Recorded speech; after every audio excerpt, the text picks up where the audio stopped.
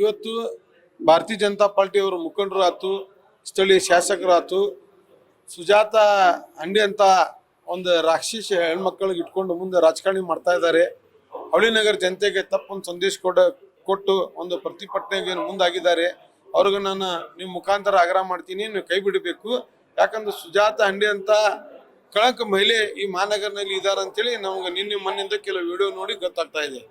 ಮತ್ತು ಅಕ್ಕಿ ಮಾಡಿದಂಥ ವರ್ತನೆ ಮತ್ತು ಗಂಡಸರಿಗೆ ಅರ್ಬಿ ತೆಗದ ಯಾವ ಥರ ಅಕ್ಕಿ ಹೊಡಿದು ನೋಡಿದ್ರೆ ನಿಜವಾಗೂ ಹೆಣ್ಮಕ್ಳ ಮ್ಯಾಗ ಆ ಶಬ್ದ ಏನೈತಿಲ್ಲ ಹೆಣ್ಮಕ್ಳದ ಅದಕ್ಕೆ ನಿಜವಾಗೂ ವಿರೋಧ ಅಂತ ಕೆಲಸ ಸುಜಾತ ಅಂಡಿ ಮಾಡ್ತಾ ಇದ್ದಾರೆ.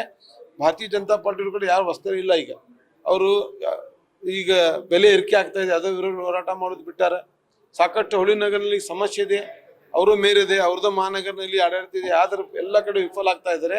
ಇಂಥವನ್ನು ವಿಷಯ ಇಟ್ಕೊಂಡು ಮತ್ತು ವಿಶೇಷವಾಗಿ ಕಾಂಗ್ರೆಸ್ ಮತದಾರರಲ್ಲಿ ಅದಾರೆ, ಅವ್ರು ಟಾರ್ಗೆಟ್ ಮಾಡಿ ಕಟ್ ಮಾಡೋದು ಪ್ರಾರಂಭ ಮಾಡಿದ್ದಾರೆ.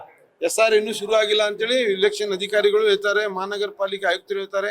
ಇವ್ರು ಎದಕ್ ಬೇಕಿತ್ತು ಇಲ್ಲಿ ಮನೆ ಹೋಗಿ ತಮ್ಮ ಕಾರ್ಯಕರ್ತರು ಕರ್ಕೊಂಡು ಹೋಗಿ 179 ಬೂತ್ ನಂಬರ್, ನಾನು ಈಗ ಹೇಳ್ತಾ ಇದ್ದೀನಿ, ಬೂತ್ ನಂಬರ್ ಸಮೇತ ಅಲ್ಲಿ 500 ಓಟ್ ಈಗಾಗಲೇ ಕಟ್ ಮಾಡಿದ್ದಾರೆ.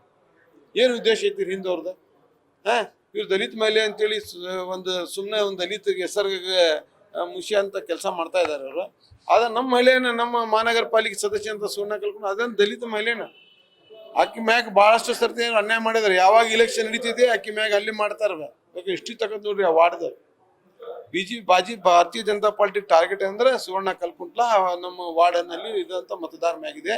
ಇಂಥದ ರಾಕ್ಷಸನಿಗೆ ಮುಂದಿಟ್ಕೊಂಡು ರಾಜಕಾರಣ ಮಾಡ್ತಾರೆ. ನಿಜವಾಗೂ ಭಾರತೀಯ ಜನತಾ ಪಾರ್ಟಿ ನಾಯಕರಿಗೆ ನಾಚಿಕೆ ಬರಬೇಕಂತ ನಾನು ಹೇಳಿ ಬಯಸ್ತೇನೆ.